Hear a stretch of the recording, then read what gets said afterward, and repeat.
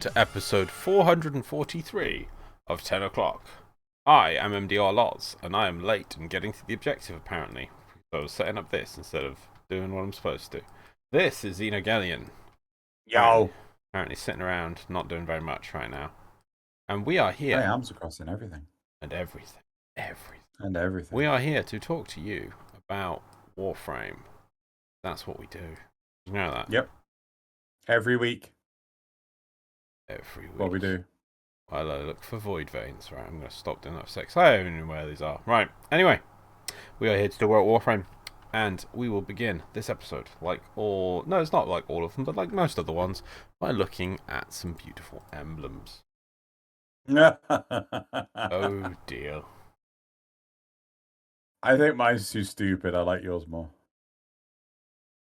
I like them as a pair, but yeah, I think yours is too stupid. Too stupid. It catches the eye, but then it's just too stupid. It's too stupid. It is too stupid. It also feels like the eyes and the mouth and everything, they're just too out of place. But still, yeah, too stupid. Yeah.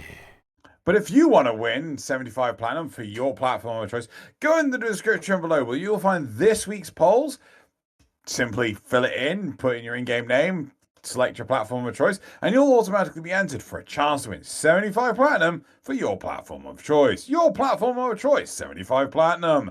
Make sure you spell your name right, because if you don't, D won't find you, and then no one will win for that platform. Isn't that right, Loz?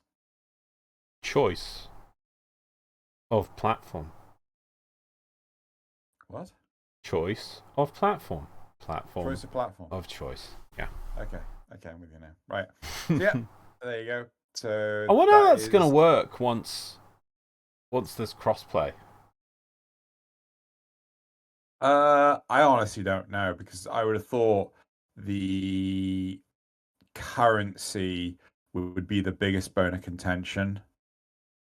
What is going on with the weird black whooshy thing? I don't know. Is that on a specific Warframe? Time traveling.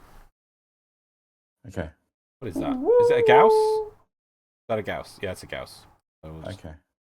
Time travel bit. Some random bug. Oh, there we go. No more time travel. Anywho, right. So yeah. So I suppose it's time to move on to Dojo Dusting. Not a great deal to say. We are in the pre-TennoCon lull. Yeah. I know there is content coming, but it's We're talking about the game, or are we talking about the channel? Because this is Dojo Dusting. Oh, well, yeah. No, still. Right, okay. So, yep, I'm not gonna lie, I'm kind of not moving away entirely from Warframe, but I mean there's only so much to talk about. So yep, so doing arbiters where able, machinima stuff, that's pretty much just sat on the back burner. It's a bit of a sad thing. It's very difficult to do, very difficult to organize, especially when things are just constantly changing in a free-to-play game like Warframe and as a game as a service. So why don't you instead then come up with a machinima where you don't have any continuity, so you can just ad-lib things? That. What? Tried that. What was that? The Secret Surveillance of Cephalon Suda. What was that? Literally what you're talking about is like completely isolated, improvised content. Did you do any episodes? Yeah, I did like I think 1 or 2 episodes, but it was really super hard to. Is this on your channel?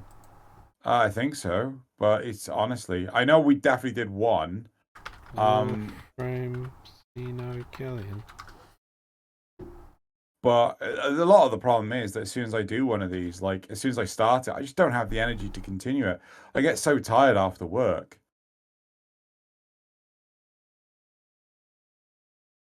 This is where Loz says you did one. I don't even remember one. How many? When did you do it? Years ago. Years ago? Mm-hmm. I type in Suda. I'm just shocked. I'm sorry I'm delaying this. I apologise for everyone listening because I don't even remember this being a thing. No. Cephalon? Oh. No, I can't find anything. I'll find it for you later. I'm determined to find it. Determined. Hold up the entire show. He has to find it. I don't think you ever did. Oh, Seeking Surveillance Cephalon Suda. Yeah. Oh, no, I do remember that. Yeah. Yeah. The whole idea was. So, but it's not the recording. It's your energy level that is what did it. It's so much my energy level. Like I get tired so often, and I'm just like constantly having to push through. So the IRL shit. The problem is that Xeno is an old man. Sure, let's go with that. That's my problem. Yep. Yep. I don't have the rambunctiousness of youth. Sure, let's go with that. Right. So yeah, I mean I have decided thought of doing other stuff, but again it's just finding the energy to do it. I'm just so damn tired all the fucking time. People keep on wanting to take more and more. This is going to turn into me ranting. Let's move on to the war report. Well, before you continue, because I'd love to see if everyone can give us some health advice for you. I will admit, it's a 9 to 5 job. I know what health advice is. Yeah, I know. It's a 9 to 5 job, which you have been doing in the past, and you had more energy. And you had more energy in the past, so it physically can't be the job. It's not the job. Okay. Fair enough. Right. If you've got any advice of how to power Xenojellion with some energy, do let us know in the comments below. Yes, with some Xenojelly. Oh, disgusting. Right, moving on. Let's move on. Right. Let's talk about Warframe. Right, it's a war report. We've got the release date for Echoes of the Zone, which is the 9th of June.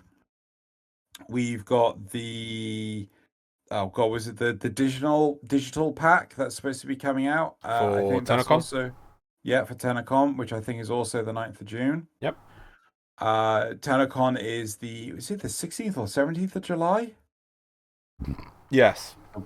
Yes, the one date we didn't actually write down, but yeah. So the dev stream 100 and I think 62. The one aired that on Friday, which we're going to go over as the main topic for this episode. I just realized that we do actually have one bit of Dojo Dusting. Anyway, that will be this is the last one that is until Tenno Clock, so there will be no dev stream in June or early July. So it's just be Tenno live at TennoCon. And on a slightly random tangent, but still relevant, we're going to start looking to do more concept-based topics for 10 o'clock. This should have been in Dojo Dusting, but I completely forgot about that. And, just to spice it up, because a lot of it is just reactionary people talking about current stuff in the game rather than what could be in the game. And I think I've certainly missed those sorts of topics, so we're going to start to bring those back into the main bulk of the show. Isn't that right, Loz? Yeah, we literally just decided before recording this. Yeah, so because we've announced it, gotta commit to it. Yep. Right. Think that's everything for the war report. Yeah. Like I say, we're in the pre-TennoCon. Yeah. Do you know, it's a bit sad that basically the year is now compressed into the periods of inactivity between DE's big releases compared to how it used to be with what's exciting thing might come next week or every 2 weeks what exciting thing might Steve be discussing and pitching on a stream. Yeah. So we had interesting stuff every 2 weeks. Yes, don't forget. Dev streams used to be every 2 weeks, everyone. That's how often these... And okay, they sometimes would be a music stream or an art stream or a just Pablo chat stream or just something, but it was every 2 weeks. That's how it used to be. So there was always something to discuss, to talk about. Even if they didn't show anything, they'd always try and show a little bit of concept art for something new, tease you this, tease you there. Maybe Steve would come in halfway through and have a chat, and you'd be like, oh, what's Steve hinting at now? Or just Steve would discuss the game. He'd play the game, he'd talk about the game. Now, time to enter the lull period, and we'll do a dev stream every month and sort of... Yeah. What? Not say a whole lot. Not say a whole lot. Yeah. And be gagged. I was so well, this wasn't... There were some good points in this, but I was so hoping after New War that it would just be all right, it's all done, COVID's almost over, we're going to go back to the old days, and we're just going to Steve's going to come on and have some fun, and have a chat. Yeah. Where's Scott gone? Yeah, where's Scott? Bring back Scott! Yeah. So sad. Yeah. Scott. So, should we go into the topic? Yeah, I'm all sad now. Right, so our topic for this week is DevStream 162. Cool. Right, so there was a lot to cover. Do you want me to... Because Thalian's broken these up into main bullet points and then sub bullet points. Do you want me to read the main and sub together before we discuss, or do you want to just stop me when you want? Read however you, and we'll see how it goes. The latter. Cool. Right, so DevStream Dusting. Reminder, TennoCon is the 16th of July. Oh, we were just talking about that. Good thing someone writes it down. Thanks, Taylor. Yeah. And his digital only event. Be in the game for the event, for the TennoCon relays, and this is the last dev stream before then. And this year we promise them for not to break. Yep. There will be a TennoCon digital pack as usual. This includes an emote, armor set for the Warframe, a suit for the Operator and Drifter, an impressive Sugatra, the longest ever made, Platinum, and the usual access to Barricadiers relay. Xeno. Uh-huh. Not about the size, it's how you use it. All wavy like. Hmm. I will say I did quite like the look of the armor set. I was quite impressed, and I did like the fact that the armor wasn't just sticking out wildly like some of the previous ones. Yeah, it's like, why would I wear this? I can't use this without fear of gouging out someone's eye. Yep. So yeah, so I quite like that. I've got to be honest, I kind of missed the operator suit. I kind of wasn't paying enough attention. What else? Did they ever actually discuss the fact that the Rhino? They didn't, did they? The Rhino Void Shell skin was used throughout the entire dev stream. I remember watching the dev stream and seeing that, but it did coax me into a nice slumber, and so I was like, maybe they explained that and I missed that point. I swear they didn't explain it, or maybe it was just like I missed it. But anyway, because I was distracted during it. But anyway, so the next update is June 9th. Echoes of the Zariman. This comes with 2 new Incarnon weapons, new arcanes and ephemeras. There will also be further updates to operators and Xmas units. There was a lot of numbers and things. I will probably skip over those numbers. A quick art panel showed off the various different Void Angels with original concepts, variants, and even the original scale for the Void Plumes. I will say there was one of them that was very akin to the Ropa-Dopa list, and both you and I said, "Oh, I really like that one." Yeah, it was very inhuman. Yep. 2 new weapons coming with the update are a shotgun and dagger. The dagger, called the Inodam, was shown off.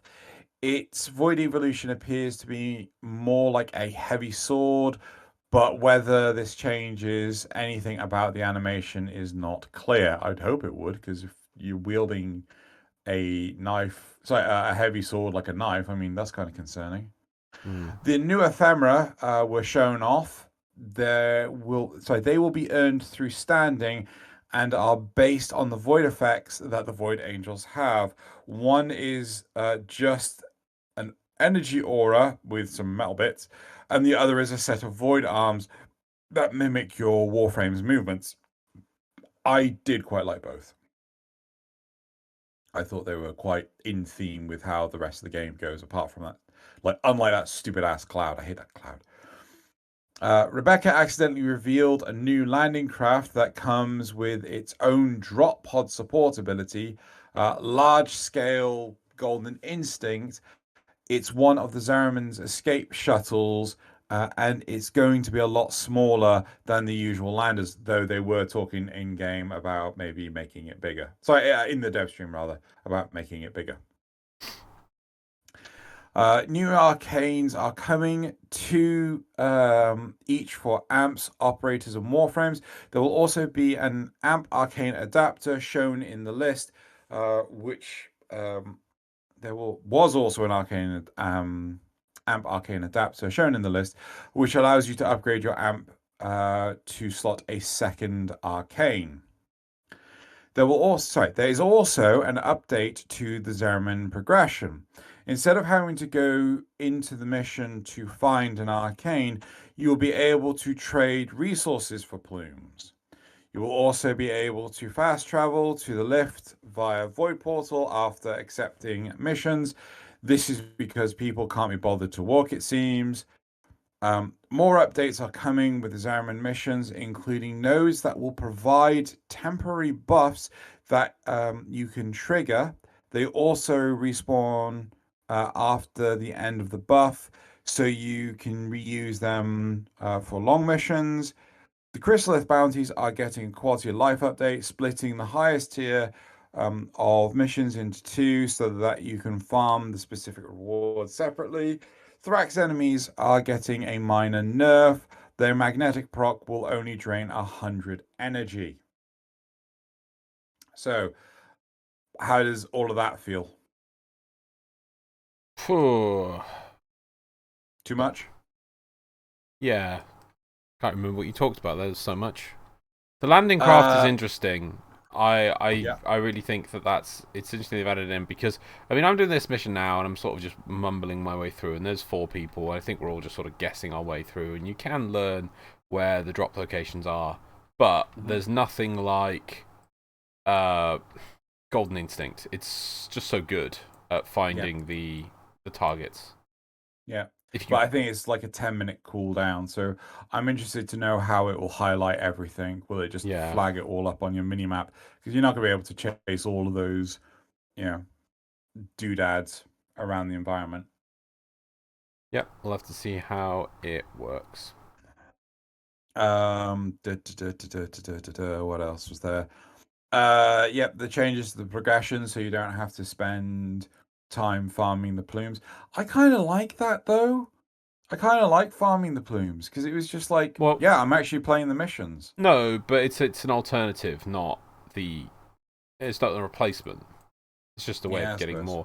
It's going to be on a long cooldown. It's like tickers things, It's like there's this many, so you could at least when you log in, you can get a bit more. Maybe if on days where you can't play, at least you can pick up a little bit of rep.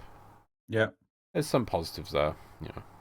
We got the Incarnate shotgun and dagger. I don't know what, how people feel about the Incarnate weapons. Are people using the Incarnate weapons? I mean, I'm not going to lie, I haven't played since, V Rising has come out. But, do people like the Incarnate weapons?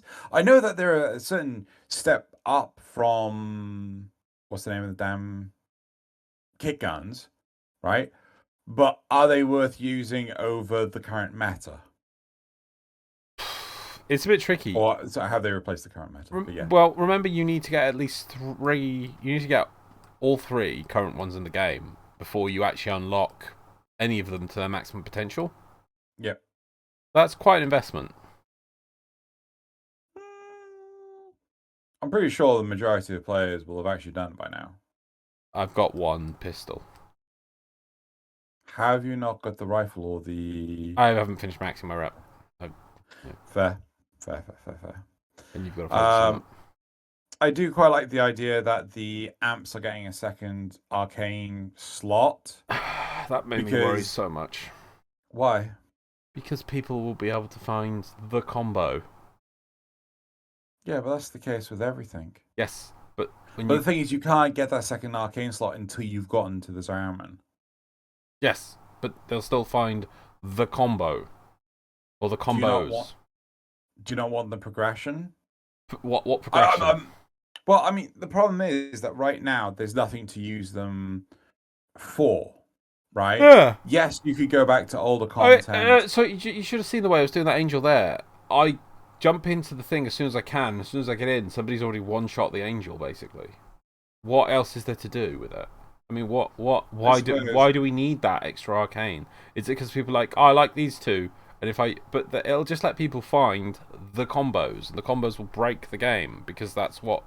Why are we getting this? Do we need the second arcane slot? Wouldn't it be? Wouldn't a second arcane slot be an excellent reward for like a raid tier? Like you finish the raid tier and now you got a second arcane slot to try and do the next raid tier, which we scaled up to an insanely hard level, requiring crazy combos. Wouldn't that be a good example of how to do it? No, we just get it for doing the Zariman because they realise that giving us. I'm being really cruel here on this one, but I feel it's the case. I mean, you just have to look at where everyone's standing. Is anyone over there by the vendor for the cosmetic house stuff? Nobody's even over there. Like, hello, are you lonely? I'd love to see a comic. It's like, hi over there. It's like they're like, hey, come see me for deals on stuff. And I was like, yeah, that's fine. That's nice. Go over here. Look where everyone's standing between the bloody entrance of the door and missions. That nobody is over there. Yeah. So they're like, oh, we need to get people to do it. How? Oh, well, double the arcanes because not only that doubles the case because it's like, first of all. You have to now farm it for each amp because it's attached into amp. So any amp you want to do this with, or any future amps, you can have to farm these things. That's a good thing permanently going. Right, and then on top of it, the problem with arcanes is, oh, well, we've got all these previous arcanes. So how do we make new arcanes compete with them? Right, we make it so you can have multiple arcanes. So it's like, oh, I've got to farm all the new arcanes now. Definite for sure because they can work with the old ones more. And I'm terribly cynical on this, but it's like I just don't think it was earned. I think it was a really great power boost. They could have saved for something special, and they were just like, quick. Give it to people. Why? I have no idea. They don't even need it, but just give it to them. I honestly don't know. I think people will argue Badoo in the face saying like, oh no, we need it for this, we need it for that, whatever. Right? People will argue for it. But at the same time, I completely agree. I think that, where's the difficulty? I mean, I'm pretty sure I explained it in the last episode how Nazeth and I went to the Plains of Eidolon. We did a tier 5 bounty with what's supposed to be MR6 and MR5 gear, and we had our asses handed to us. And void damage is supposed to be good against the Exodus units, the new Exodus units. So that could be potentially part of the reason of why they've done it. I did remember them talking about the whole solo player experience, which I can't remember exactly the tone why they when it came up. I can't remember if it's because of them changing the Exodus units because of the solo play experience, or because they're giving us extra amp slots because they need to make the solo play experience more balanced, or what have you. I really can't remember. But what are you doing? Me? What are you doing? Yeah, I was just wondering. Like, it just distracted me horribly. Are you throwing your titania into the blender? No, I'm seeing what. No, I'm seeing what I haven't put in the blender. I mean, can I substitute Warframe? There you go. Yeah, so I haven't done titania. So I need to go to Titania, so I need to go check Titania recipes. I think comes from Damaris. I don't know if it does actually. Well, if I go over here,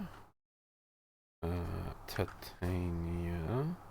So I have the recipe. I need chassis systems, chassets. I can't say that word anymore. Systems and optics. Okay, well, I need your face. Your optics and systems. Anyway. No, your optics are that. Damn it.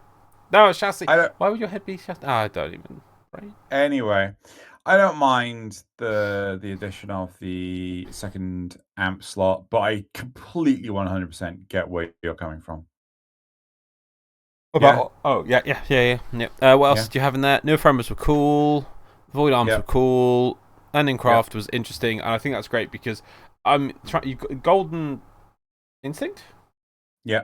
really good, but it's quite a grind to get there. I mean, it's a great reward, but it's a long pathway to get there, and even if you'd have to really chuck platinum at the problem too, if you just want to try and rush it. So obviously they've tried to come up with a secondary option to use, which is sensible because the entire rep is based on finding those things. You can't. I don't think you can just do missions. What do you mean? For hold fast rep. Yeah, you can. Do you get it from missions, or do you get plumes from finishing the mission? Yeah. Oh, sorry. You get plumes from finishing the bounty. I understand what you mean now. You get plumes from finishing bounties, right? Which you can use for the rep things. But no. The majority of it is just go out and treasure hunt. So yeah. Cool. Right. The other thing sorry for your yawning. That's why I think it's important that they've added an alternative because it's just so good and there's nothing else like it. The other side of it is the whole quality of life with being able to jump from the bounties to the door. They were talking about like when you open a bounty, when you start a bounty, a portal will appear and you can jump straight to the door. And then when you finish your bounty, you can come back out of the elevator and there'll be a portal straight to the bounty vendor. But there's a fast travel option. I know. People don't know there's a fast travel option. I don't know. I also don't know why people. This is like the entrance to Molten Core. Can you elaborate for our audience? So in Molten Core, the first raid of World of Warcraft, when Blizzard have a sort of flair for the amazingness about it, you'd go down to the bottom of this volcano to try and enter the first raid, and there'd be an elf there who'd send you a quest to go harmonise yourself with the course. You went deeper into the mountain to get to the raid, but you didn't want to have to run to the raid every time because you had to go through an instance to reach, 5-player dungeon to reach the 40-man raid, so you get an item. And then the guy in the quest says, I will now imbue this portal with a way for you to travel to the Molten Core. And what he meant was there's a window space next to them, and you're supposed to jump through the window. People weren't clever enough to understand this, so they had to add a button on the guy. So you walk up and talk to him and say, send me to Molten Core, please. Because people didn't understand that he enchants the window for you to jump through. Even though, there was people jumping through the window every 5 seconds. Where are they going? Or maybe it's just because some people jumped after them without the attunement and fell into the lava beyond. But maybe that was all part of Blizzard's humour back then. No, we have to have a button on the stupid elf when you talk to him. It's like, can you send me Molten Core, please? Yes, stupid person, I will send you to Molten Core. So stupid. What was I talking about? The portal from the bounty. Oh yeah. We literally now have to have a FedEx portal next to the person, being like, I'm too weak to push escape and fast travel and walking. I can't walk anymore. Let me just collapse into this portal next to me, and that'll teleport me to the thing. Ugh. Got him at the thing. Fed can't look. I mean, my question to you is: do you think that I try not to? Good. Do you think that the issue here is that they intended there to be a lot more going on in the chrysalith, but ultimately it's like, oh, we only have 4 characters here. There's quite a distance between the door and the quest giver.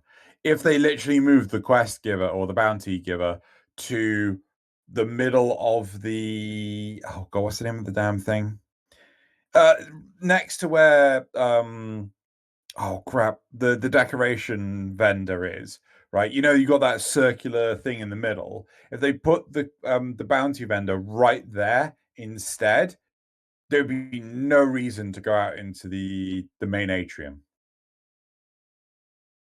Yes, and it would also continue the whole thing of nobody's going over to the person for the cosmetic stuff for the houses.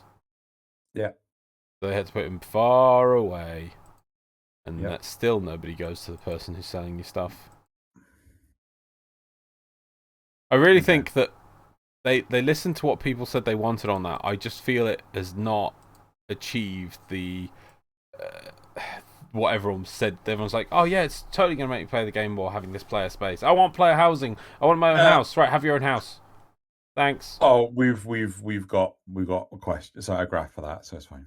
Ah, lovely. Right. Okay, so let's move on. Next part is more updates to the operators are in progress. Void Sling is getting some updates allowing you to strafe movement, to direct yourself side to side and backwards based on your perspective of where you're looking with your camera. This part is coming with the update. Pablo also confirmed that they are looking on the collision that happens with the geometry, making the endpoint more accurate.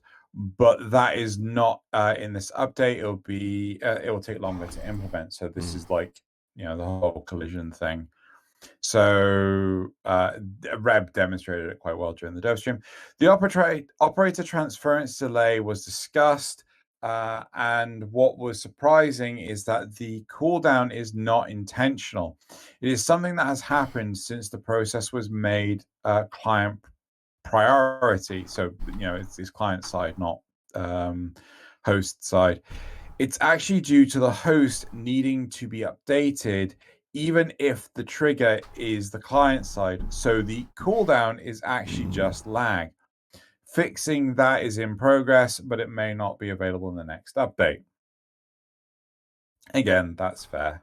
I don't think there's anything major about that. I also think that I prefer the whole mouse look around thing with the void sling. Yeah, cool. So, but I appreciate the fact that they're putting in the strafe and everything back. Right. Old arcanes are getting an update. The percentage chance to happen arcanes are being buffed so that ranking up will only affect the actual buff. For example, the arcane that increases critical chance will rank up how much it will increase your crit, but the chance for the arcane to proc and the duration of the buff will always be their maximum amount. Not quite sure how I feel about that. what? Why? Well, it's like,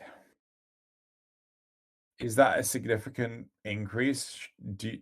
I suppose it is. I don't know. I just don't put that much reliance on, what's the name of the damn things, Loz? Arcanes. So Yeah. maybe I'm just doing it wrong.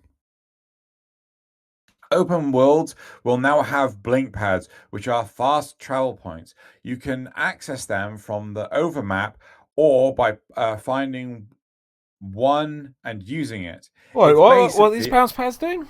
hold on. It's basically a way to allow new players without arc wings to get around fast. Additionally, Steve was very happy that they have now separated the global lighting map and the object lighting maps for the plains of Eidolon, meaning that nighttime will not just turn everything dark blue and the Grineer bases will pop more, right? So basically, right, remember World of Warcraft where you have flight points? Yeah, they have littered the open world with flight points. Huh. Yeah. Now, they haven't specified whether or not you have to get to the flight point before you actually have it unlocked. My bet is no, they'll just automatically be unlocked. And yeah, you could just teleport anywhere. And you know how there's two maps? There's one for the open world, and then there's just a big one. If you have the one for the open world, which is like a static view, you'll be able to actually fast travel to any of the points from that. From the map. You don't have to go to one of the points. Yes, right? Now, what is your feeling towards this, Loz? Well, firstly, my brain's completely broken because it's trying to use control to because that's in bloody freaking V Rising, freaking hell. Right, freaking no, equip the bloody thing. I'm failing miserably at this. There we go. Scan the thing. Right, sorry, my brain was just not working on that. It kept like control and and you have to click, not just release it. Anyway, yes. So I was fine with you until that last bit. Well, with you anyway. I think you should have to discover them because that's good. It encourages people to hunt around the map to find them. Maybe even just put a little hint or some special way of finding them that helps you if you're missing one. Devices like find the next one. It gives you directions to try and find it. But then just being able to fast travel around the planes is what you're saying? Mm-hmm. From anywhere? Yep, faster than Arcwing.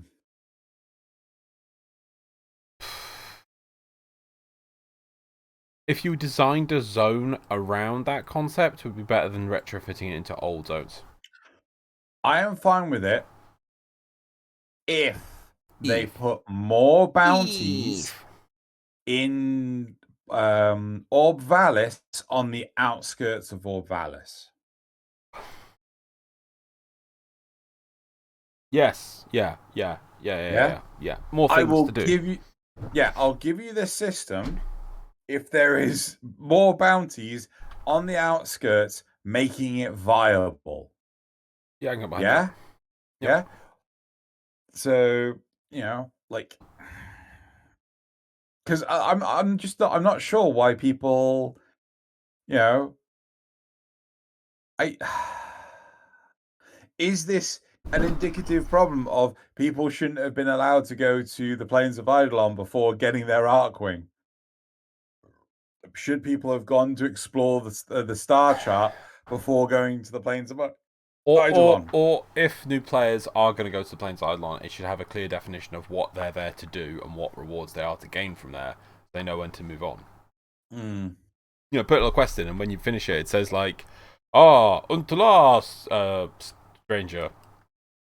You've done much to help us on the plains. Alas, I fear you are not equipped to continue our with the next tier of the next challenges that await us to help us on the plains.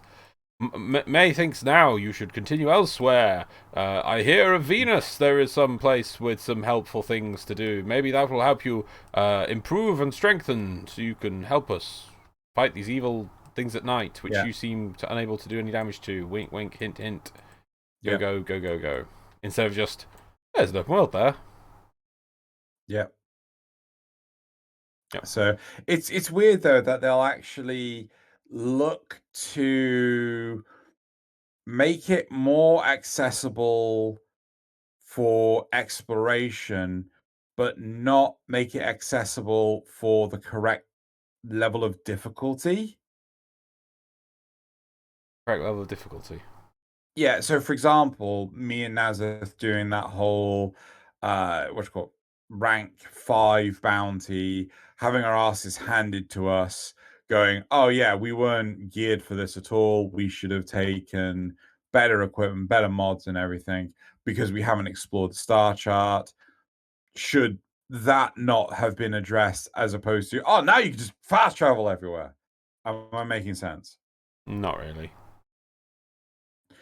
Okay, the point I'm trying to make is, would it not have been better for DE to focus on the accessibility of this content as opposed to making it so people don't need Arcwing?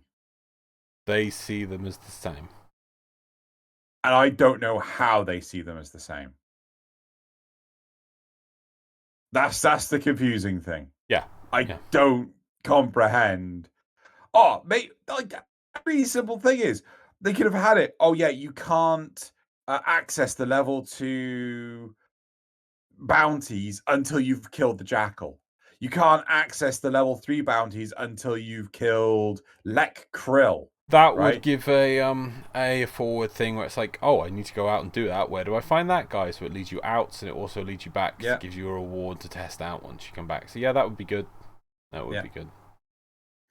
Anywho, right. So should we move on to the next one? Sure. All right. Scorpions and ancients are being changed. Pablo talked about the grappling hook and how frustrating it can be. There will now be a counterplay available to hooks. So these will no longer instantly knock you down, and you can choose to either bullet jump away to ragdoll the ragdoll the enemy, or you can melee and cut the rope. Wow, it's like an idea we came up with 2014. Sounds about right. Yeah, I think that's when we did it. Yeah. Nox units are also being nerfed a little. They are now going to function like Overguard when their glass helmet is in place. I thought they were actually getting Overguard. And almost all the hidden damage reduction that currently exists is being removed, so that when you smash the glass on their helmet, they are now are way less tanky. So the whole problem was, for everyone else's benefit, they actually had 2 damage reductions. So one when they had the helmet, and another one was permanent. So my understanding from what was being said was that they're removing the one that was permanent because it wasn't meant to be there, and they're changing the one on the helmet so it's basically overguard. So if you break the glass, the overguard goes away. Yeah. Now, whether or not that applies to abilities and things, I'm not 100% sure. I think that's that was my understanding from them throwing around the term overguard everywhere. So anyway, Rivens are receiving a very small quality of life. Now, I know I missed this. Yep. New Rivens will now be stored as blanks, meaning they don't have to take up your inventory slots, allowing players to have many more unveiled Rivens than they have slots. This is the same bit of tech as wreckage in the Railjack system, where the specific stats are generated when you reveal them. In the case of Ribbons, you reveal the Ribbons challenge, and it now becomes a unique ribbon and takes up one of your slots. Interesting. Yeah, no, I think it's sensible. The ribbon cap has always been a ridiculous thing. It'd be great if it wasn't a ribbon cap, but there's something to do with database storage and issues, and so they've got I can totally understand that. Yeah, so then there's people who probably they've maxed out on ribbons, and then they have to constantly get rid of ribbons or sell them or do something with them. Now you can just have a mad infinite pile of unstacked ones. It's good. Yeah, I think it's fine. So the great thing is that because of things like what's the name, serration being the same for everyone, you can specify the level of serration you have and the quantity you have, right? And that will take up a lot less space in the database compared to Riven 1 is for this weapon. These are the 1 to 3. Is it 1 to 3 or 2 to 3? 1 to 3, isn't it? Stats that are affected, and these are the numbers that are applied, right? So it is so much more on a database to do that. But I like the idea that the unveiled or unrevealed blank Rivens just basically take up no space. I think that's an excellent idea. Yep. Steve gave us a little update for crossplay. They have sorted out the chat interface back end and progressing on the functions. No release date yet. He actually said infrastructure, not back end. So, I kind of said back end infrastructure. The whole point is making sure that everyone knows who's communicating through what means. So, PC, Xbox, PlayStation, and Switch. Tenno Gen Round 12 was shown. It doesn't have a date for release, and it will likely release in 2 parts due to the volume of items. This includes skins for Booban, Lavos, Wisp, Mesa, Revenant, and Vault. Weapons include a heavy blade and 2 polearms. Sidedanas. The Sidana is a fantastic chemical tank, and it goes along with one of the Lavos skins if there was more than one. And there is a collection of shoulder and chest armor, and they topped it off with the new Lisette skin. There was also an operator glasses, but anyway. June brings a Pride Month update with a new color palette and a glyph designed by a friend of the show, Debbie Sheen. There is a bug that allows you to use regular color palettes for operator skins. While this is something that the community wants to make a feature, whether it actually becomes a feature is in debate. And the very fact that it's been brought up on the dev stream is a mark in its favor. And it may be more colors, may be that more colors will be available to your operator skin tones in the future. What are your thoughts? I think that last point's a bit wrong, actually. What they were talking about there was that instead of giving everyone the whole palette, they'll pick out some. They'll remove all the ridiculous ones and sort of have a pool of realistic plus slightly unrealistic, but just about doable ones. Yeah. But what was your thoughts and feels towards this? Yeah, just give it to people. Really? Yep, because I don't really care at this point. We've already got candy canes, permanent bloody floating clouds around people, angel bloody angelic wings. It's a bug. Just let people have their bug. Yeah, I'll see the occasional other person and be like, "That's a weird color." Oh, they've just pushed, I don't know, bright red on all the stats of their silly operator. But at the same time, just doesn't seem like, do you want to do any quests involving operators or even applying it? So there was solo quests. That's never going to happen. So in reality, the time when you'll see weird operators is when you want to in a public game. You don't require help from people, so just let them have it. I honestly just don't care. Yeah, people can make giant golden skin tones or fluorescent pink or I don't know, orange, brown or orange or indigo or pink or whatever, yeah, or Hurricane Gold or infested teal. I can't remember all the colours, or sentient grey, or just let people do it. I think just let people have it. I think it's an interesting bug.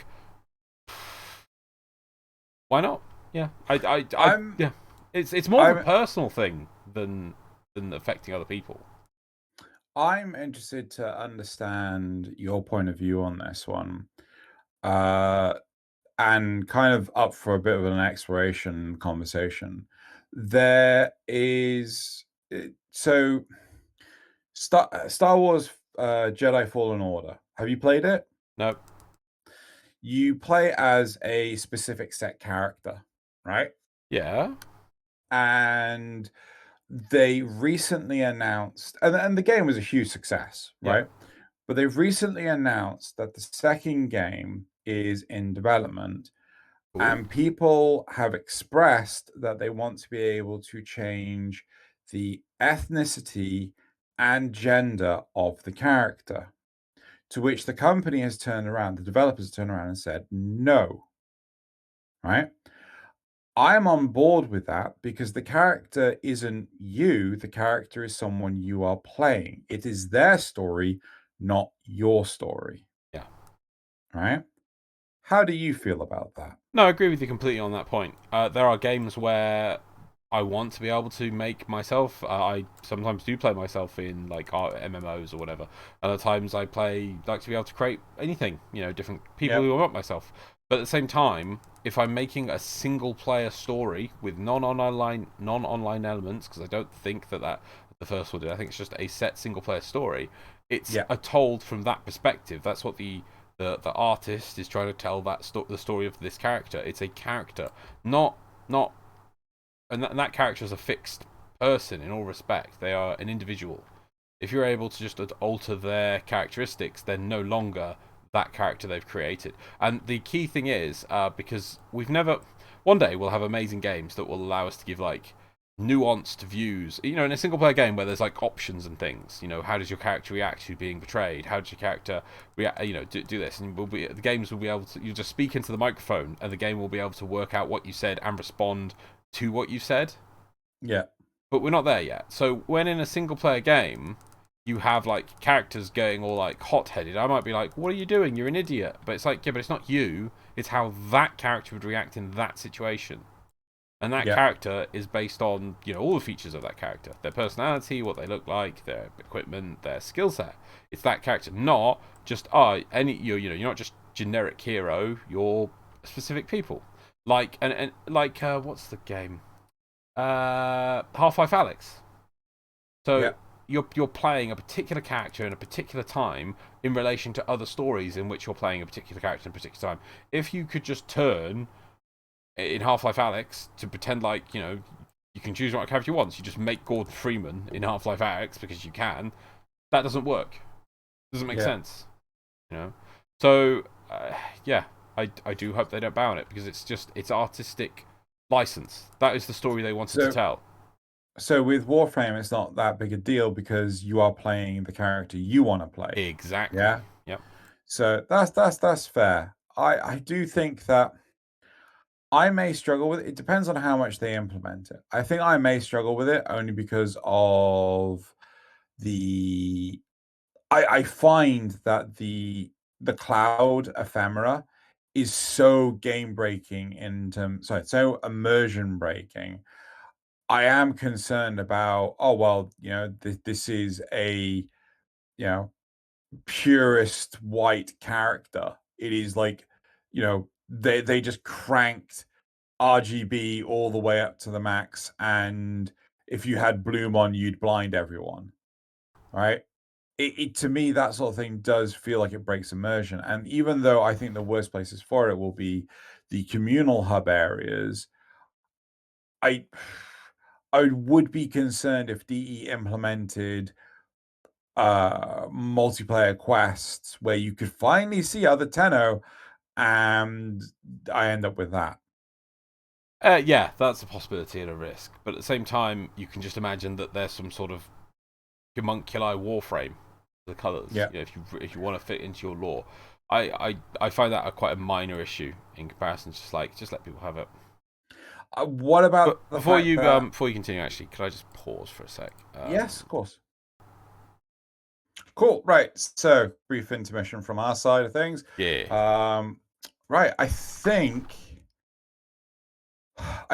basically, to wrap up the thing with the operator skin parts and stuff, in all honesty, I'm hesitant to allow this only because the Orokin are supposed to be this like big thing, right?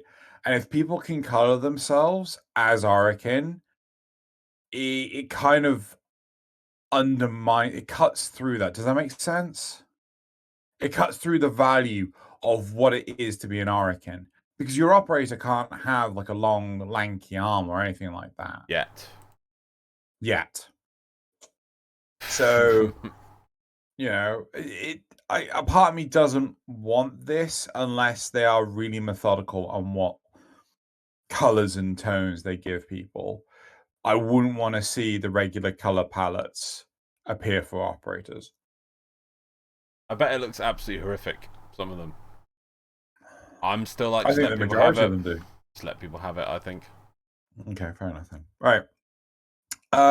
So then the dev stream ended with discussion of potential updates to augments, which will not be released soon. And then there was a lot of rambling about Overguard and the community's reactions to it. Yes, that was my favorite bit of the whole stream, because it actually felt like a proper dev stream. I think the problem for me, and I do say problem, is that the metaphor of it's like taking half a watermelon and giving you back half an orange kind of undercuts the whole situation, because it's like, well, is that a good thing or a bad thing? I did not follow that at all, or what it was like. So but I've got grapes. So I felt, I was like, what? Here's me holding my grapes. I don't like watermelon or orange. Where's my grapes? I got my grapes. So the whole point of what Pablo was trying to say with the metaphor is that they took away half of the effective health created by Overguard, right?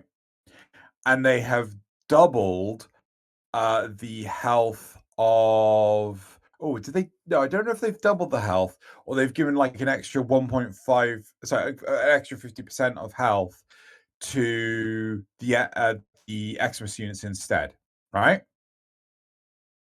Yeah. Are you with? Yeah. And it got confused realistically because he was using this like, I have taken half a watermelon to give you half an orange back. I was like, how am I supposed to comprehend this? Right? This only means anything to me because I understand what you've done, right? Otherwise, if you were just to say, oh man, it's like taking away half a watermelon to only get half an orange back. What the fuck does that mean? Yeah. Right. So I, in all honesty, I've always liked where the overguard and everything is now, even after the experiment with Nazeth and the others.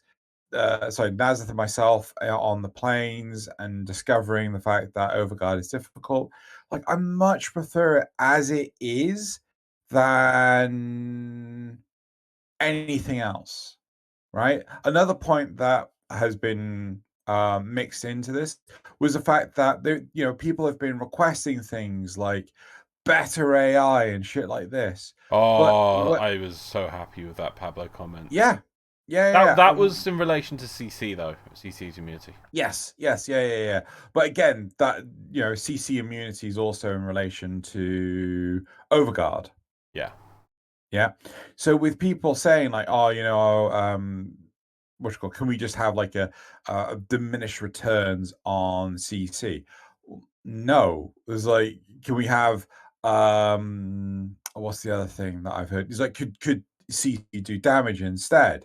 So like, at least we could do something towards overguard. It's like, again, no, because it completely undermines the point of the challenging content. You want to be able to continue to do you want to be able to continue to use the wrench on a screw. Like, no, you have to use a screwdriver. Use a soldering screwdriver. Oh, but I don't want to. I want to continue to use my multi-tool. Let me use my multi-tool. No, you need a proper heavy-duty screwdriver for this. Yeah. Yeah, can you imagine a video game where it's like video game where you're trapped in rooms and you have to use various types of screwdrivers to escape them, and you're given the starting flathead Phillips screwdriver, and then you get the next one is supposed to be like a hex key screwdriver or something, and then the person's like, oh, this is terrible game, I want to use the Phillips screwdriver, why do I have to change screwdrivers? Yeah. But the game was all about acquiring and using different screwdrivers in clever ways. No, but I had a screwdriver and I was happy with it. And I want to always use that screwdriver for every problem in the game. Yeah. Then there's no game. You're just doing the same thing continuously. Oh, that's what I want to do. For some reason, Warframe's happy to cater to these people. And that's something that I don't understand. It's like why DE has bent over backwards to placate the player base. Right? Too much. Why? Game, I think it has been too much, and as a result, it's like as I've been saying before, you give them an inch, they take a mile. Sorry, this is one thing. Sorry, because I was very sleepy recording the first half of this program. I you all heavily, and I was a bit sleepy when watching 10 o'clock. No, 10 o'clock. Sorry, the dev stream. Wasn't there something about them giving functionality to the player housing? There was talk about additions to the player housing, but there was no detail about this whatsoever. No detail, but the key point was describing functionality as in some sort of that hint, even just the word functionality, or because some people just want to have their cosmetics, but some people need some functionality, and then it's like what? There's nothing else that can mean apart from some sort of gameplay element or. Yeah. So apparently, oh god, Pablo has apparently done a video for I think the Chinese distribution of Warframe. That was it. Yes, I remember that. Yes, that was but I've personally not seen said video, so I don't know what has been done and what has been teased at or anything like that. So yeah, there's only one way to find out, and that's to go find the video. So, or just wait until it comes out. Or learn Chinese. That would be part of finding the video. No, you could then just get somebody else to watch the video and tell you. That is true. I think that's an easier option. Anyway, right. So I can't really think much else for the what's called the dev stream. I don't think there was anything else towards the end that favors mentioning. Can you? No, I think that covers it all. Right. Okay. Well, it's time to move on to the rest of the show. And we're going to do... Is it graphs next? I feel it's graphs next, isn't it? Yes. Graphs. So... No, that didn't click. I clicked the button. They're topics? There we go. Yeah. Voila. And then graphs. Okay, cool. So the first graph. Well, you really, I think I have to tap it multiple times. It's not working very well. Yeah, I'm not quite sure why you're having issues. Right. So the first question I asked was, have you invested in your dormer zone? 24% of people said yes, and 76% said no. No. I think both you and I are in the no, aren't we? That's not... No. No? They say loading. Oh, for the love of God. Sorry, it's that's been happening for a little bit. Google graphs have been having issues recently. Like some of the options, some of the data won't load at all. Some of the options won't load. It's being dumb. Right. Okay. So the option was no, not loading. So 76% of people said no. I thought it was some clever joke about no loading in or something. No, I'm pretty sure I caught all the others, but who knows? I might not. But yeah, I think both of you are both you and I are in the no column as well. The next graph, number 2, is see, there's another loading issue. Right. So how do you feel about the Holdfast Syndicate rank up rewards only being cosmetic items? Right. 5% said positive. 24% said neutral, 29% said that they didn't care, and 43% said negative, all loading in this image. So, where are you on this? Loading. You feel negative towards it? No, it's big loading for it. No, I do. Yes, definitely negative. And somebody actually pointed out to me what's missing, and it's the Incarnate weapons. And some of the options you can take for the rep rewards, the cosmetics that are offered in the Holdfast, cost more on that tier. Apparently, I haven't checked this myself, so I'm going off what they said. I'm going to find out it wasn't a sec. They cost more than the recipes for the Incarnate weapons, but you can't buy the Incarnate weapons while leveling. But what do you mean you can't buy the Incarnate? Yeah, you can. Not for free. You can't get them for free, sure. You can buy them still. Yes, but it's still an option. Your wording, you said buy. You said buy. Buy them for you free. Can't. No. You said you can't buy them while leveling. Yeah, because while you're leveling, you should. Oh, I see what you mean. Yeah, but because it's stupid to do that. Is what I mean. To me, when you're leveling, actually, there's no reason not to just get to the highest tier straight away and then go and buy things. So that's not necessarily true, right? No, because I did it as well. But yeah, I know. Yeah. No, not that. It's because at some points you can get to a point where, like, I have X amount of rep I could get today, but I could only get like a quarter of it because I'm maxed out on the actual rep. I can't spend it on anything else because I don't have the feathers to rank up yet. I still need to get all of those. And there's no way on earth I can do it in the next 10 minutes. So what I did then was I actually spent some of the rep to get one of the blueprints. I got the rifle blueprint, and then I maxed out the rep again. That make sense? How much does the rifle blueprint cost? I can't remember. An amount. You're out? An amount. An amount. Okay, hang on. Yeah. Hold fast. Is it hold fast? Yeah. The hold fast.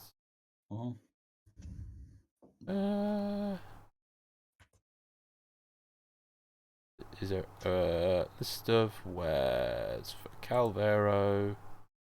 Canyonero. Oh yeah, they're actually really cheap. What is it, like 4K? 6K. 6K. There you go. But why not just give it to us as a level up though? I don't know. I really don't know. Right? I can't imagine that there's any malicious intent behind it. The only thing I can think of is just to kind of like, hey, Dorm Zone. You want to do that. Potentially. Because otherwise you'd always pick arcanes and weapons. Yeah. I don't know. I don't know what to say. I'm in the I don't care. Yeah. No. True. No. Hang on, before I go, I do want to go find this name, so I don't have to read out the thing. The other question I have though is with other syndicate rewards, are you able to get the weapon itself? Now, I'm pretty sure you could. What? You could what? When you rank up one of the other syndicates, could you get the full weapon? And like the kit guns and Zor parts do not count, right? I'm pretty sure I remember when I got the Steel Meridian up to X level, I was able to get the Vacor Murloc. Yeah. So, yeah. I mean, I don't know why they haven't done it. I still don't care. Yeah. I think it's silly thing because they're not really that expensive. There's, for instance, like the pistol. Even the pistol, an arcane costs more than the pistol, but you can take arcanes. But why not? There was only 3 weapons, and that way people would get the recipes while they're leveling and play them. It's not. It wasn't like I don't know. If they were like 30,000 and they were like super expensive per tier, and there was some other reason I can understand, but they're not. It just seems really odd. Yeah. To be honest, at that instance, I'd rather get the really expensive thing. Like God, was it the? I think it was all Valis, where when you maxed out one of the factions, you got the opportunity to get the capture scene or something else. Yeah. And I'm like, well, the capture scene is like 125,000, so I'm going to get that because exactly. Yeah. Yeah. So anyway, should we move on to the third one? Yeah, I'll push a button. Which is there. All right. Do you want DE to change the dark dagger split sword to function like an Incarnon where you can change the mode mid-mission? 10% said no, 14% said don't care, and 76% said yes. Dark dagger, dark split sword for life. Woo! They need to do dark it. Dagger split sword. I don't know. Dark split sword, dark sword, split dagger sword. I don't know. Whatever it is. Cool. I just it just would be a really nice finish off for that weapon. Just do it. Yeah. Though I can imagine very much people wouldn't touch it with a 10-foot barge pole. They wouldn't have to make it really clever. They wouldn't have to add the Incarnum level ups to it. Just have it so you can do some weird component of it. So it's like it has you play it with a dagger when you stabbed. So many people, it just goes into this version. The fourth graph. What type of Warframe abilities do you like the most? I didn't realize I didn't put which type. So, which type of Warframe abilities do you like the most? Yeah, I'm tired now. Xeno's just always tired. Yep, I am. I am always tired. 14% says damage, 14% says miscellaneous, 19% says support, including buff, 24% says survivability, and 29% says crowd control, including debuff. Yep. Yeah. So this, then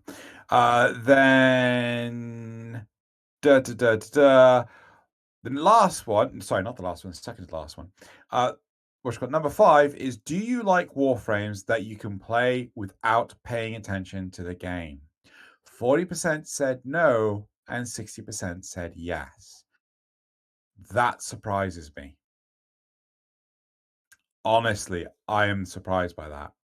Because that was one of the things. That's one of the things I hated about doing dungeons in World of Warcraft, is that I could do it without paying attention.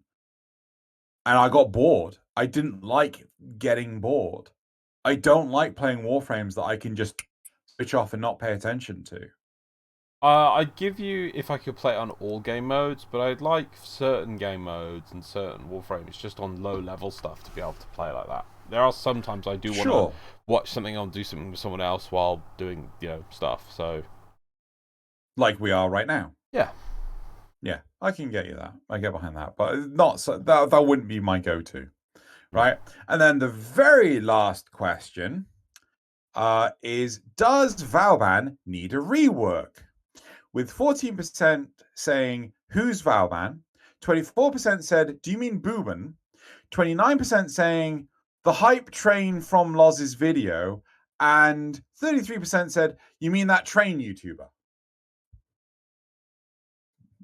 Don't poke bears. What? Don't poke bears.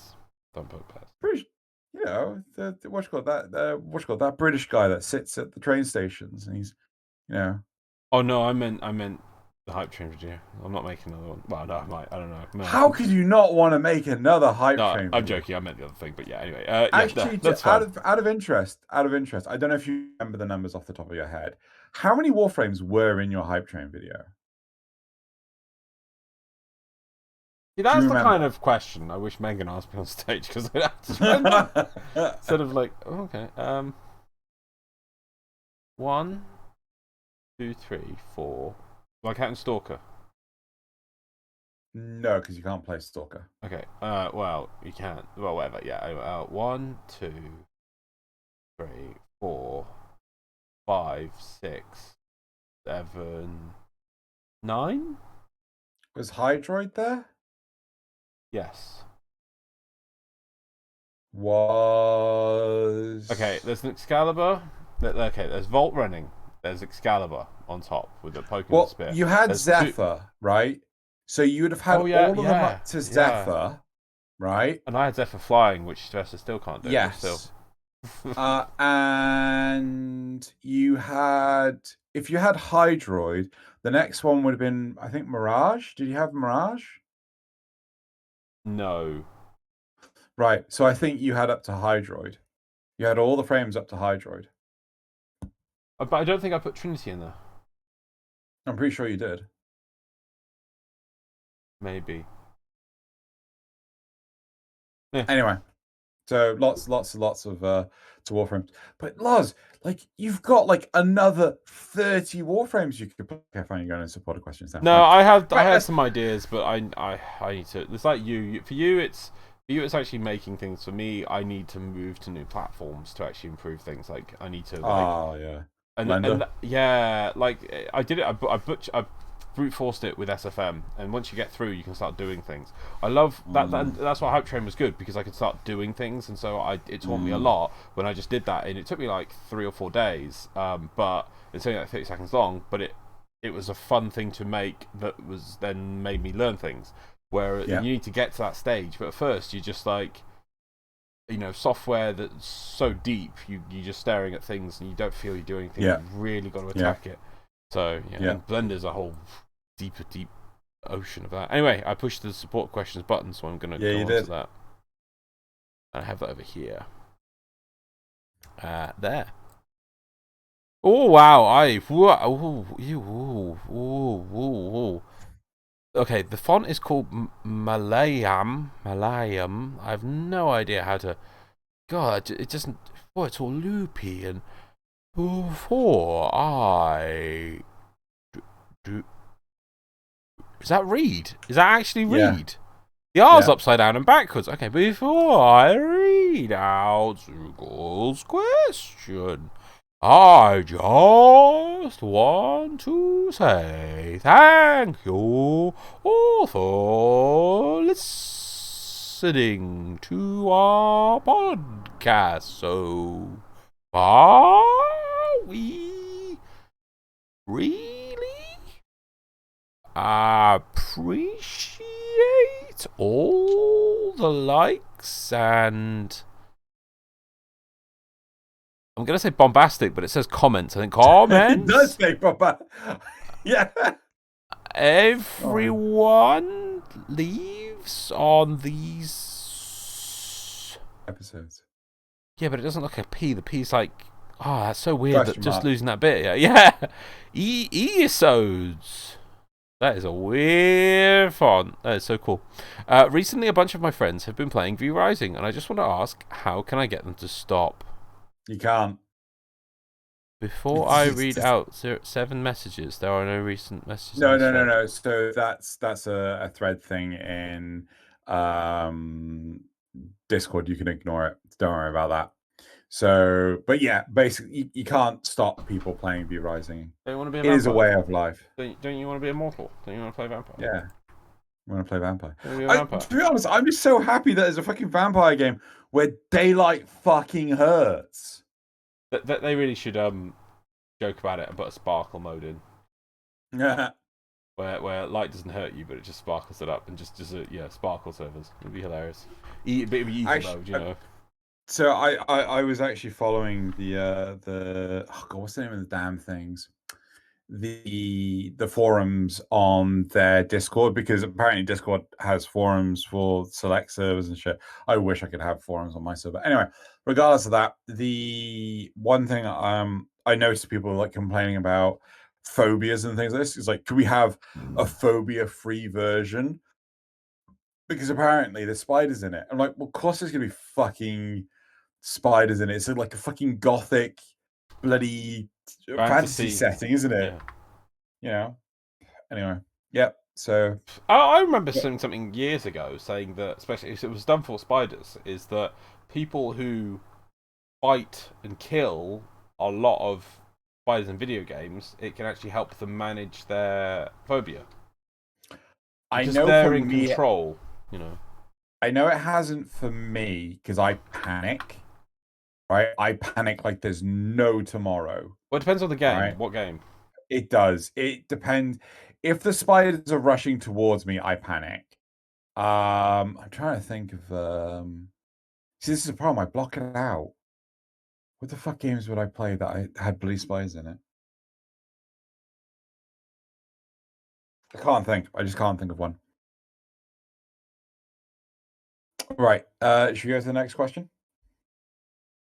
Incarnon mode says we're getting new weapons from Canyonero, and I did write and if the existing ones are anything to judge by, they are going to be good ones. How do you feel about our new weapon daddy calling you his favorite little meat grinder?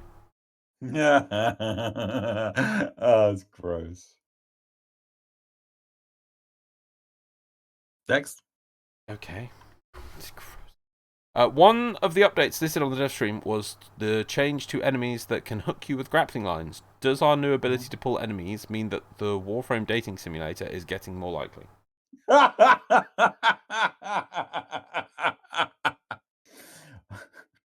Yes. No, we don't have. We have to wait for them to initiate. So yeah. I do always feel that sometimes those questions are from it's just like, I didn't get to be on.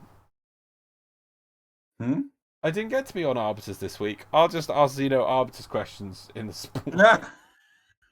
Actually, one thing that I felt was really daft was when they were trying to show off the grappling hook riposte, whatever you want to call it, the ability to react to the grappling hooks. I thought it was daft to the fact that why didn't you just spawn sodding 20 of them? Just spawn 20 of them and one of them's bound to try. Yeah, definitely. Right. Okay, cool. It's got this thing here. Okay, Ali Al Khatib, one more step in Nazar's plan to take over Tenno Clock.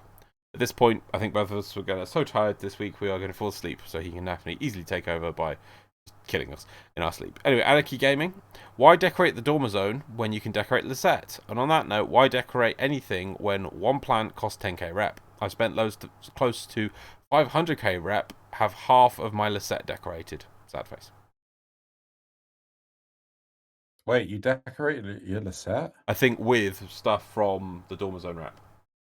You can do that? I assume that's what that means. Anarchy Gaming. Man, I'm gonna get a gajillion frying pans. Makes sense. Peter Graver. The frame I originally played as Mastery Full that became my favourite frame was Avara. I originally played in Excalibur and Rhino. I was working to Alice, who was my original favourite, but I love my stealth gameplay, precision aiming, and being able to control my game's pace. So I assume that's really great. Yeah, I think Avara is a hidden gem. Really, you can make a game off just the Avara tool set. So this who is this one? Peter Graver. Peter Graver. So one thing I'd really love to know for Peter Graver from Peter Graver is how would they I'm assuming that they play all this stealth content solo, right? Yeah, like I just was just doing. Just like you were just doing.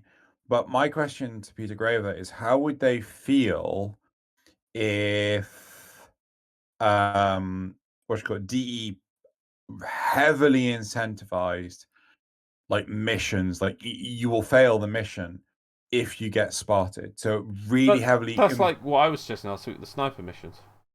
Yeah. So and the removal of solo, right? Because in all honesty, Loz and I have we've I wouldn't say we've clashed horns. We've got on our soapboxes, our tandem soapboxes, and we've ranted at each other, which is weird, about how we feel that Warframe is holding itself back because they are catering to the solo experience. They want to make sure that anything is soloable. So I think you're mixing two things here because I am. Yeah, you are. Yeah. So my question is for Peter Graver, under the assumption that you are doing the Savara stuff solo, how would you feel about DE removing the solo aspect from the game? No, Or alternatively, you really conflated two things there. No, because that's not. We don't want the solo as in the option to go solo removed again. I don't think we do either. That's the thing. I don't want it removed. It's fine. The problem is if they were to do stealth gameplay, it would be cool if they added that for sport with solo options and maybe non-solo options. It's the problem. It's like, right, here's this really giant boss. Oh, by the way, you have to be able to solo it.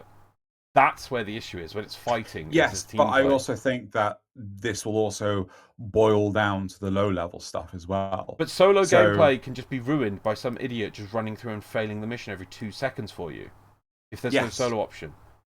Yes. That's so I'm interested retarded. to hear Peter Graver's. Yeah, no, I know. I'm here to. So I'm interested to hear Peter Graver's point of view.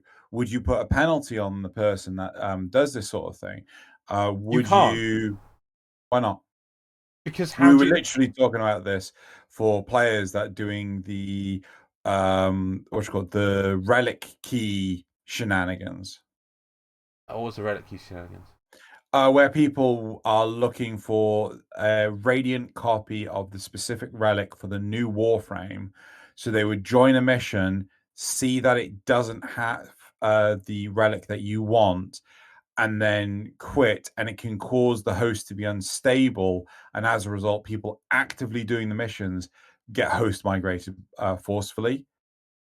Okay, yes, you could. If you could have a thing that starts counting that situation, and then if there's too much of it, it starts coming in. But yeah, I guess. Okay, maybe you could. Yeah. It was interesting because originally you and I had proposed in that situation that you wouldn't be able to see the what the players that you are joining to, what what relics they have brought in. So you've joined mid-mission, you can't see the relics. People didn't like that. Then we proposed alternative solutions that were more punishing things. People liked that even less, but they want a solution. So I'm interested to know, does Peter Graver have any thoughts on this? I do feel you've just plucked a random concept out the back of your head and thrown it at poor Peter Graver. No, I've. Who was just like, I like stealth. What am I talking about here? You know, why have you got this one idea out your head and you're chucking it at me just because you want to talk about it? I just like stealth and playing Avara. Why are you being so mean, Peter, man? Why, Peter? If you don't like the question I have proposed to you, if anyone doesn't like the question, just put in the comments. I like stealth. There you go. Just comment. I like stealth. I like the stealth. I like stealth. There you go. Next. EGS Cross Insanity says for topic 2, the frame that kicked me into Overdrive was Equinox. I love her base kit, and then I found the augments. There you go. I think it was more to that explaining in detail. It's like, yep, no, it's cool. Equinox is an amazing frame. I wish I could use Equinox better. It's 2 frames in 1. Really good. Right. I did the Grey Archon one about the weapon blueprints for some reason not being a thing. Thomas Cooperstein wants to put a point. I'll bring to you. You know, you were saying that you could do these things you and Nazareth were trying stuff without gear and things. Yes, without specific mods that you get late game, all this stuff. And just a caveat, we did not start brand new fresh accounts. No. But they're also Yeah. saying, Thomas Cooperstein says, remember how much practice you have with the game. That as a factor. You think about it. Though that is a factor, it doesn't take into... It doesn't... The comparative... So as I explained before, we had two ends of this stick, right? We didn't find any of the middle ground of this stick. We just had the... It's too easy, it's dumb, and it's too hard, even veterans can't do it. Yeah?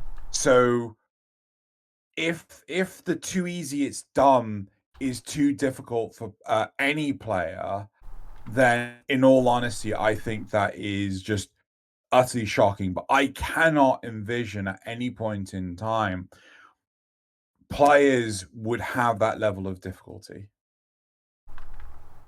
Fair enough. And lastly is Tony Covenant. But to the reasons why people are complaining, because this is about the AoE thing. In my experience, when the self-damage was removed, I was happy because it made AoE weapons actually usable. Before that, I would say about 70% of player base was just killing themselves with them for not aiming right, or NPCs or other players getting in the way. So basically, nobody used them. After the change, I was finding old and new AoE weapons fun to use for the enemy clearing capability, but at the same time, I didn't realize this came with a cost. For example, Bratton Prime was my all-time favourite gun with the Riven setup, but now I have gotten used to AoE weapons, I don't feel competent using it anymore. Single-target weapons just can't compare to AoE weapons, even if they do the same damage, as you know, killing 3 enemies at once is better than killing 1. So I'd love to get back to using my old nostalgic weapons, but I know they can't compete with the AoE matter. I understand the point. I think I understand the point. But the question is, what is the competing of the AoE meta? Why is it important that you murderize everything within, half an atom of its true self, as opposed to just shooting it real good? Like, if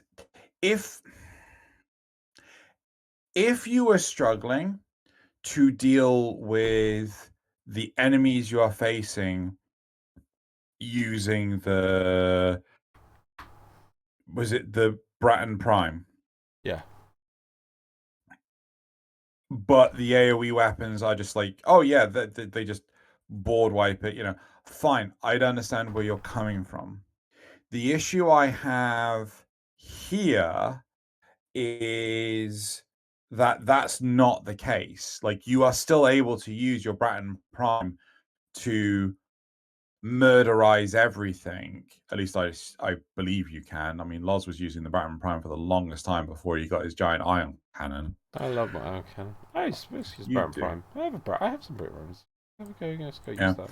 So it's up to you. I mean, if it's a case of you're trying to do content and the Bratton Prime just can't keep up, okay, but even so, there are still rifles out there that can still keep up regardless of the AoE matter.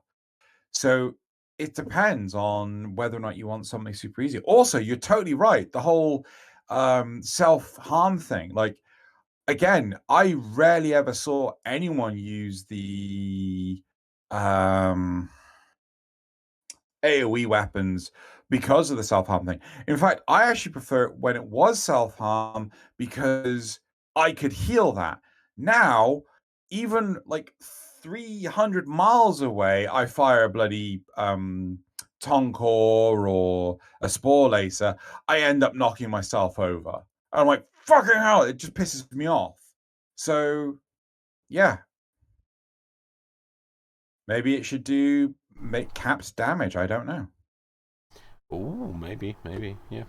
Right, but that's it for the community responses. So let's move on. Was that the one with all the maths and everything? Well, what? You read one out to me before we recorded with all the maths and everything. Was that the person that? I think so. Okay. I think that's the one you're saying. No, that was about slash procs. Yes. Oh wait, what am I doing? Xeroloid prelate. No, we don't want that. Do you want the one? You want that one? No. I just want to make sure we acknowledge that one as well. Oh, okay. Let me find that one. Just give me 2 secs. I find this. So there was one. It was about slash procs. And the Hunter's Munitions. Yeah. No, was it Hunter's Munitions? Yeah, I think Hunter's. It was Hunter's Armaments or something. Let me just find that. And something to do with a bow and all sorts of stuff.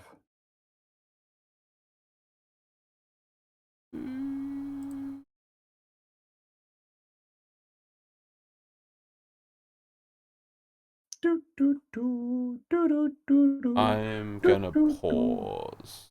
Sure. I'll probably find it in 2 seconds after I pause. And I did find it literally second after I paused. So this is from EGS Cross Insanity. Not to go over the whole thing because there's a lot of maths involved. Okay, well, in regards to aiming meta, my gripe with it is you can clear an entire room of enemies, blue containers, and destructible objects with no need for aiming aiming well, ability to use cost whatever, other than ammo, which can easily be remedied all through walls. I feel as though there should be a line of sight check on it, even if my heart, I know it'll feel bad for a while. Another problem with AoE spam is Hunter Munitions. Instead of having a damage type that does little damage to most enemies, it is replaced with a slash proc that hits infinitely harder. My idea for AoE is it will clear off small mobs off the map, leaving chunky units, heavy gunners, Nox, Corpus Tech, still standing with sizable chunks of health left. Most of the time when it comes to public lobbies in a later game, area or farm, it comes down to who can AoE the hardest to have the most fun. Then again, the last one is subjective, so take it as you will. Thank you, EGS Cross Insanity. I totally agree with the whole line of sight thing. You shouldn't be able to kill something through a wall just because. I don't know how I feel about the whole changing hunter munitions. Hunted. Yeah, I don't know how I feel about that. Only because there will always be something that is crazy at the top, regardless. That one feels particularly stupid, though, to have an additional mod that adds additional procs and it's slash. Yeah. Especially, why did they start with slash? Why didn't they try, like, impact? Like, nobody gets impact. Oh, maybe they did, actually. Maybe I'm thinking of a different mod. Oh, well, who knows? Maybe they did. Maybe they have, like, oh, yeah, and then the ultimate combination of everything is we put slash on one. Yeah. Damn it. So cool. Right. Yes. And now memes. Yes. Yeah, memes. Meme. Right. I'm trying to get my memes. Let me just pause this for a sec. Not that, but this. Right, there we go. And memes. Yeah, we go. Okay. So we have meme number 1. Oh, so all these memes I forgot to this last week. Yeah. Come from the r/memeframe subreddit. We don't make any of them. All the links to all these memes are in the description of the video, along with a secret video of the meme of the week. And yep, that's really good. So do check them out. And if you're ever bored, just go on the r/memeframe subreddit, where a lot of awesome people make a lot of cool memes. So do check them out. So first one, I had no idea what I was getting into. Will you walk the steel path? I'm ready. Eat, crime, Earth, exterminate. Oh, I love that. That's brilliant. Yep. Okay. Meme number 2. Spreading information at the speed of sound. Players on their way to the Warframe subreddit to tell everyone a Warframe they played for 2 hours needs a rework. This is actually animated. This is actually a video. Well, so... this one is a still image, but yeah. Yeah. Because I assume they're like, oh yeah, you know that meme, yeah. Yeah. Meme number 3. We lack boss music. When you beat an easy boss, but it has a second phase with the music changes to a chorus singing in Latin. Nope, just no, not doing that. Fuck that. Oh my god. Okay. We move on to meme number 4. Oh, I've got to get this one right. Okay, hang on. Meme number 4. Yes. What if we made memes about the Stug like we made memes about Morbius? #StugSweep. Me, Oh my after God. building the Stug, expecting complete garbage, and coming out with the best fucking weapon in the game with zero comparison. Wait, hold on. Let me go through that again. Me after building the Stug, expecting complete garbage, and coming out with the best fucking weapon. Okay. And obviously, just for this is double thing because it had this. This post was fact checked by real Stugheads. True. Stug's gonna Stug, man. Wait, okay. Was this just later in the? It was both 2 pages on the same meme. You can see the arrow on the left there. Hold on. Oh, right. I'm with you now. Yeah, so it's like they did this, and it's like by Yeah, Stug I'm with you. Crew. Okay. Moving on to meme number 5. Like if share. Ooh, it's fucked up on the image. We're gonna have to just quickly go and fix that. There we go. Right now, like if share. Her Instagram. What? Reality. What the fuck? Okay, what? I assume it's that from some angles, or the eyes messed up. Okay. Yes. Okay, I'm with you now. Because the sheer volume of people on Instagram and they use those stupid filters, and it's just like you don't look like that at all. Yep. Okay, and then is that our number 6? Memes. Meme number 6. Yes. There we go. Okay. Eternalism is the new. It's magic. I ain't gotta explain shit. Digital extremes, lore, inconsistencies, plot holes, and gameplay mechanics. Eternalism. It's not wrong. Oh God, yeah. I feel this is very true. This one. Right. Let us move on from the memes to the. Wait, I did see the secret meme, didn't I? Yeah. Ivara in a stealth gameplay missions. Hold on. To get the memes off. I have to remind myself. Oh yeah. Right. Okay. So that's it for them. Everyone should go check out the secret meme. It's le funny. Right. Okay. Cool. So community shoutouts time. The first community shout out is Titania Prime by Jibial. It's pretty. Very nice. Very, very pretty.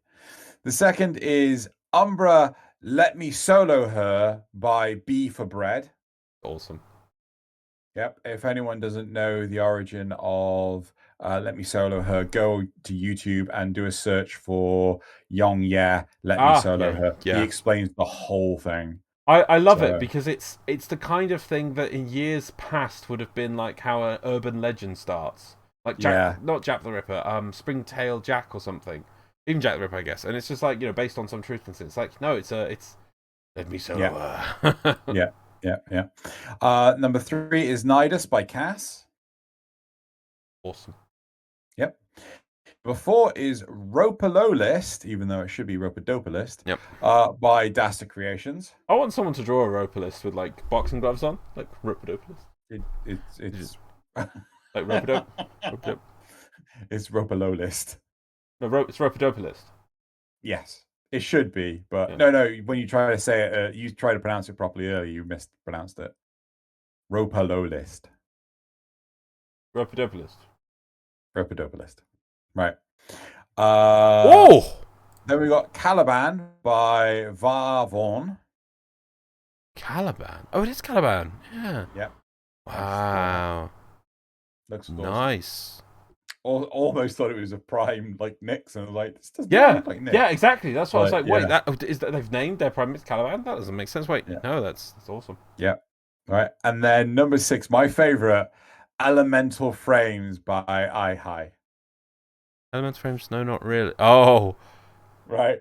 I love this. I just love it. So it's sort of like chair. You sit in the chairs of your one that you're using.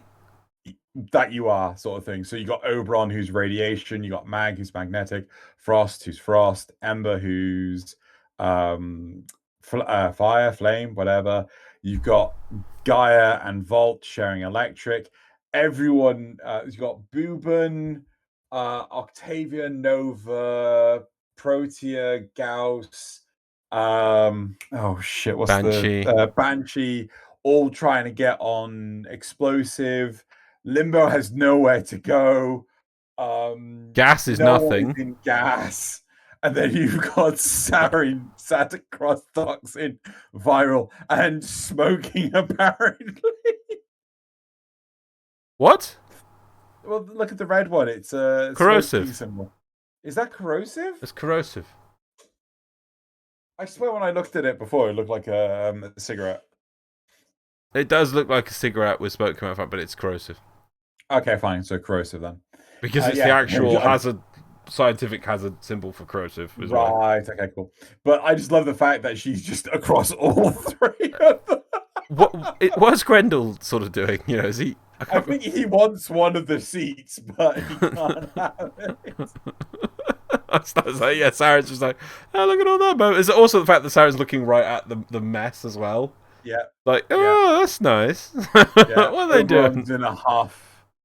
He is in a bit of a huff, as if he should have had one of those. I know. I think it's just a case of like she's just being greedy. But anyway, regardless, if I could get a poster of this, I'd have a poster of this. Right. I really enjoy this. It's so funny to look at. Right. That is it for the. I don't want to take this picture off. I love it. I really love it. Well, we can't end on it because we need to end on the supporters. That's true. That is true. So I got to go up here and I got to click that button. I mean, nothing stops you from continuing to look at it. Oh yeah, no, okay, that's a good idea. I'm just gonna sit here till next week, just looking at this. Yeah, it's so good. Just really, like the supporters. No, you know what? Yeah. I'm being distracted from the beautiful picture by the beautiful list of names of all the Patreon supporters. They're beautiful names. So thank you very much, everyone, for listening. We shall see you next week. And now begins the wait for TennoCon. Oh, how many weeks is it? 6. Actually, it's not a wait. I think we should start doing predictions. That'd be good. Next week. Maybe we can get a guest on. Maybe get some predictions. There we go. Right, well, we'll see what everyone says next week, and I will promise to have some more sleep so that I won't be awful. I apologize if I'm so ratty, but yeah. Anyway, bye everyone.